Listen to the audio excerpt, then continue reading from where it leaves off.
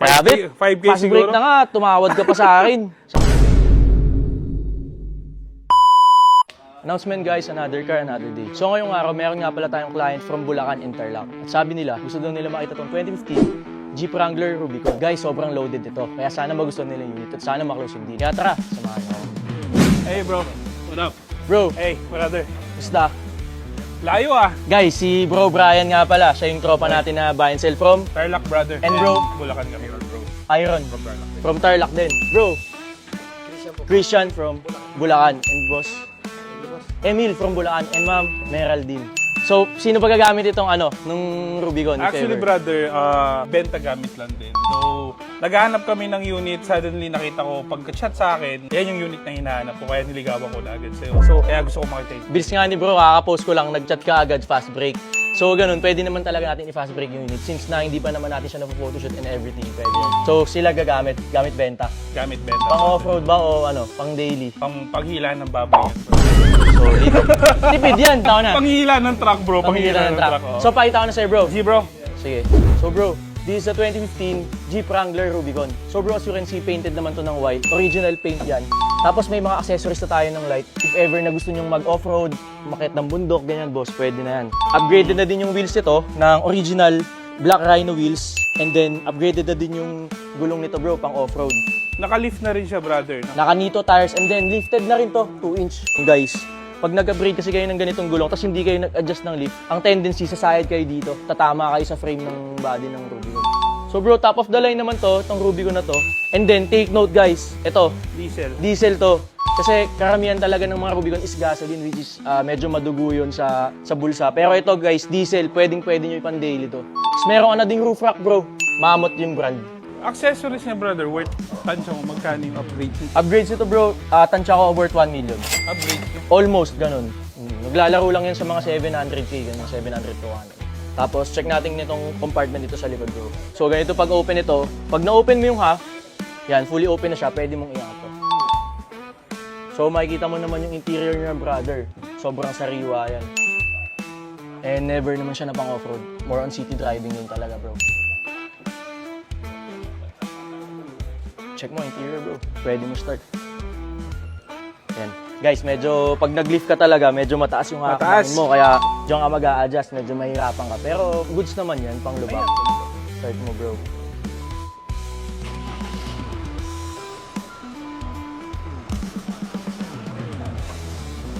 Yan. Dito, makikita mo naman sa interior nito, fresh and intact siya. Mileage pala nito, brother, 44,180. Mamaya pwede natin i-scanner yan para ma-check natin mabuti. Then aircons naman niya, bro. Malamig naman siya. Good. Yes, all good siya, bro. Guys, natatanggal tong buong bubong ng Wrangler. Pero hindi na muna natin gagawin yan kasi medyo Buo ba? matrabaho. Sino Yes, bro. Buo yan. To. Matitira na lang dyan ito. Hindi siya parang yung salamin, bro. No? Hindi, yung parang SWAT sunroof. Walang ganun ng Wrangler. Talagang buo mo siyang babaklasin. Kailan kayo last change oil nito, brother? Double check natin mamaya, brother, kung gano'n. Okay, update mo na lang ako Sige, kailan. update kita. So, most likely, tansya ko, mga 3,000 to. Pwede na siguro mag-change oil. Yes, mga 2K to 3K, bro. Ah. Siya, mura lang naman change oil nito kasi diesel naman siya. Engine bay, check natin. Okay, bro. Sige, check natin.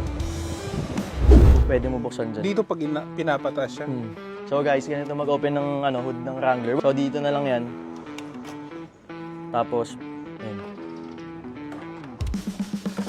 So ayun guys, may latch lang yun. May latch dito. Ayan. So open na siya. Then hood stand natin siya. So, ganyan siya mag-open. Bali bro, engine ito, 2.8 liter turbo naman yan. Kaya kahit diesel yan, malakas pa din yung power niyan. Everything naman. All working bro, naman, bro. 4x4. Yes bro, all working. Hazard, ilaw. Walang kalampag, brother. Wala naman, brother. Lahat talaga ng Wrangler, malambot manibela. Pwede mo pa ilawin. Kahit malaki gulong, bro. No? Yan. Kahit ganitong kalaki yung gulong nito, malambot pa din yung manibela niya, di ba? Dahil maganda talaga power steering ng Rubicon. So, mga bro, everything na demo ko naman sa inyong unit, interior, exterior, engine. What can you say about the unit, boss? Yeah, the unit is super, brother. May mga detail lang ako kailangan gawin dito. Now, let's talk about the price, bro. Yun nga, tulad nung nasabi ko kanina, popost ko talaga dapat to guys ng 2.4. Pero humirit sa akin si bro ng fast break price. Kaya binigay ko sa kanya ng 2.2, sarado, brother.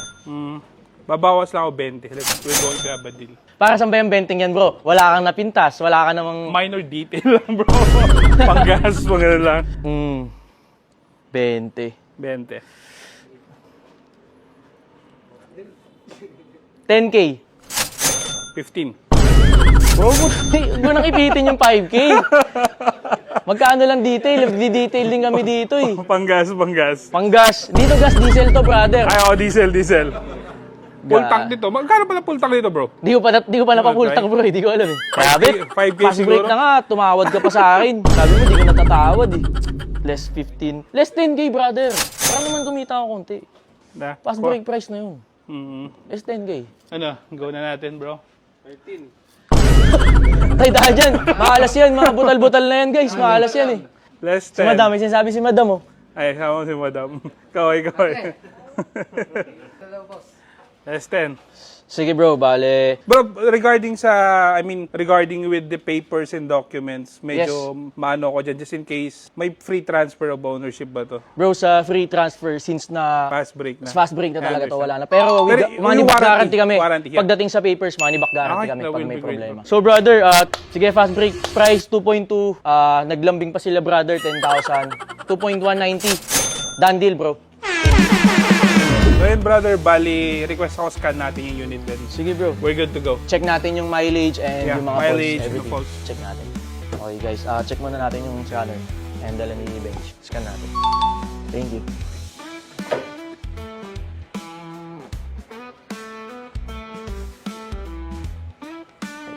So guys, dapat bago natin i-scan yung kotse, ignition on muna natin. Or kahit on yung engine, okay lang yun.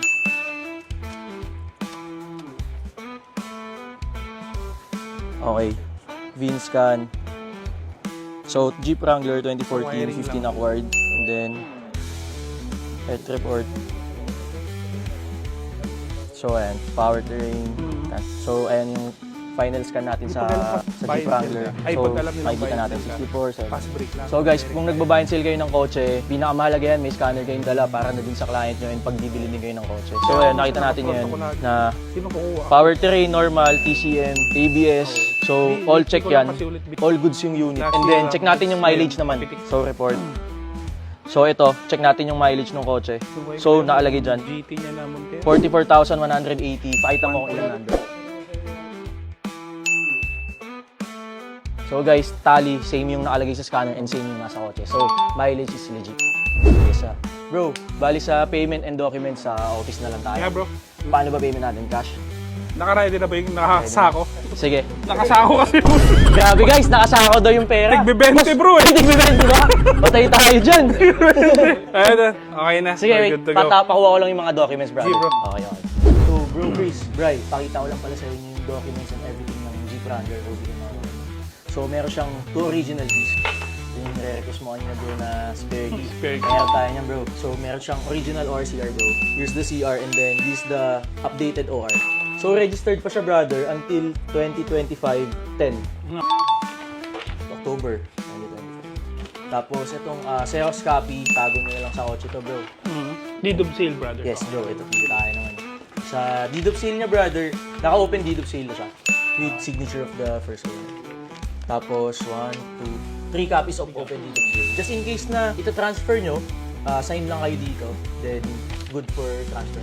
Tapos, dito naman boss, ID of the registered owner with 3 signatures. Tapos, since na ito yung first owner dyan boss, lagi nyo checkin yung pangalan, Elmer, and so, same siya dito dapat sa CR na original.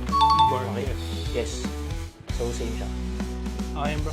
Okay, good to go. And then, when it comes to papers naman, brother, lagi naman tayo money back guarantee tayo pag ganito. Ayun, yun ang pinaka-importante, Yes. bro. So, everything is complete. Done deal. G, bro. Done deal. Bro, ito yung payment mo. Parang galit si boss, ah. Galing naman ng bank to, bro, no? So, bali, bundle count ko na lang siya, brother. Tapos, everything complete na. Thank you, bro. Announcement, guys, these friends of F2A Cars. And I'm here with my bro, Mark. What's up, bro? Sir Chris. And Ma'am Meraldine. Yes. To hand over the key of this 2015 Jeep Wrangler Rubicon that they bought from F2A Cars. Ma'am, here's the key of your new ride and enjoy. So bro, short feedback naman regarding sa transaction and sa unit, ano masasabi natin? Idol, sa unit naman po, okay naman po. Wala naman po masabi. Tsaka po yung pakikipag-usap niyo po, okay din po. Okay na, pwede nang pang-outing. Congrats. Yan, mukhang may off-road pa kayo ah. Thank you po, Idol. Congratulations. Opo, thank you po. Okay. F2A Cars! MGB 88 cars. Legit!